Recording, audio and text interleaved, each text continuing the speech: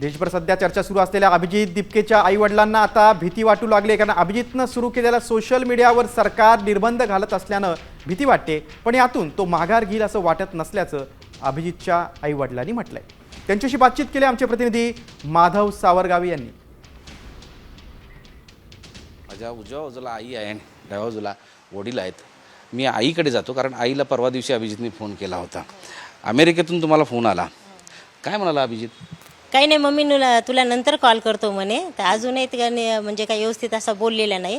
तुला निवांत वेळ देईल म्हणे 10-15 मिनटं, आता काही मला सध्या वेळ नाही आहे म्हणे. त्यांनी ते सोशल मीडियावर वेगवेगळ्या प्लॅटफॉर्मवर त्यांनी ही पार्टी स्थापन केली. लोक प्रचंड चर्चा करतायत. आता शेवटी विरोधकही असणार.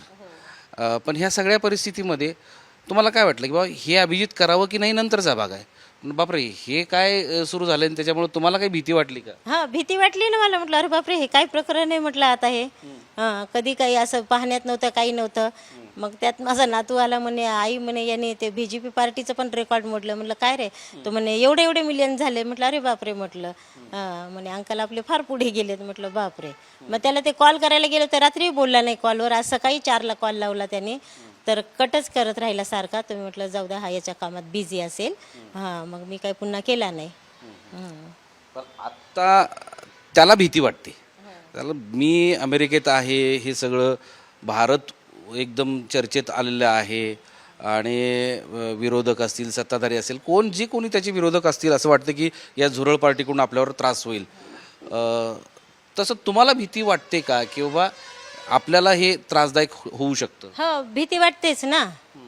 भीती वाटतेच बाबा, त्रासदायक तर होईलच. आता तो पहिल्यासारखा असा फ्री नाही राहणार ना. आता कसं आधी आला की डायरेक्ट, आता जरी तो यायचा म्हटला आला तरी एअरपोर्टला काहीतरी होईलच ना. तो आला, कळालं कोणाला की येईल बाबा, तर ती भीती वाटते ना मग. त्याची भीती वाटते. पण तुम्हाला भीती वाटते का बाबा त्याच्या ह्या कृतीनं तुम्हाला कोणीतरी त्रास देईल असं? हा, वाटते ना भीती. आता कोण कधी त्रास देईल काही सांगता येत नाही ना. भीती तर वाटतेच.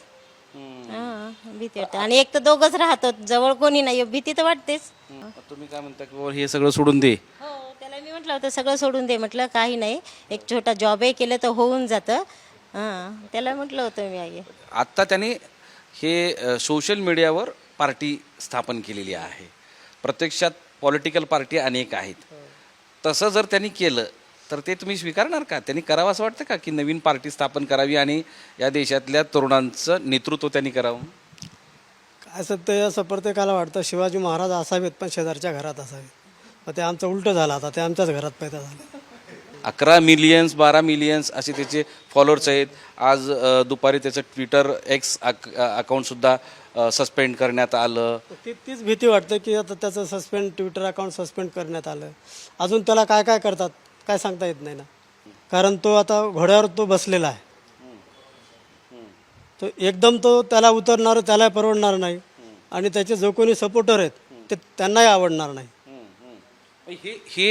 हे पुढं घेऊन जावं असं तुम्हाला वाटतं? तर जर त्याला वळण चांगलं लागत असेल, त्याच्यातून काही चांगली गोष्ट निष्पन्न होत असेल तर काही वाईट नाही आहे.